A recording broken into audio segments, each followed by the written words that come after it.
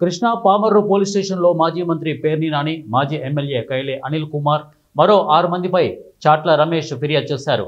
బాబు surety మోసం guarantee కార్యక్రమంలో ముఖ్యమంత్రి చంద్రబాబు ప్రభుత్వం చేపడుతున్న పథకాల ప్రతిష్టకు భంగం కలిగే విధంగా, సామాన్య ప్రజల ధన మాన ప్రాణాల రక్షణకు భంగం కలిగే విధంగా అరాజక శక్తులను ఈ విధంగా కార్యక్రమాలు వారి సంభాషణలో ఉన్నాయని ఫిర్యాదుల్లో పేర్కొన్నారు.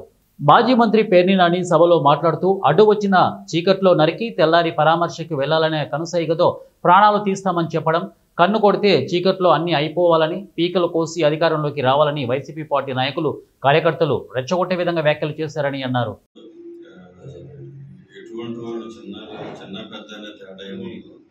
ఎవరైనా సరే చట్ట వ్యతిరేకంగా ప్రజలు రెచ్చగొట్టి నేరాలకు ఎవరి మీద అయినా సరే చర్య తీసుకోవడంలో వెనకాడే పరిస్థితి ఉండదు.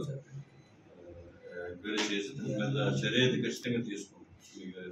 ఎవరు కూడా టీడీపీ క్యాడర్ కానీ పబ్లిక్ కానీ ఎవరు కూడా అధైర్యపడాల్సిన అవసరం లేదు. అందరికి కూడా పోలీసులు అయితే రక్షణ కల్పిస్తుంది. దీని మీద అయితే మాత్రం ఎటువంటి అధైర్యం కూడా పడదు. దయచేసి నా పోలీసు యంత్రాంగం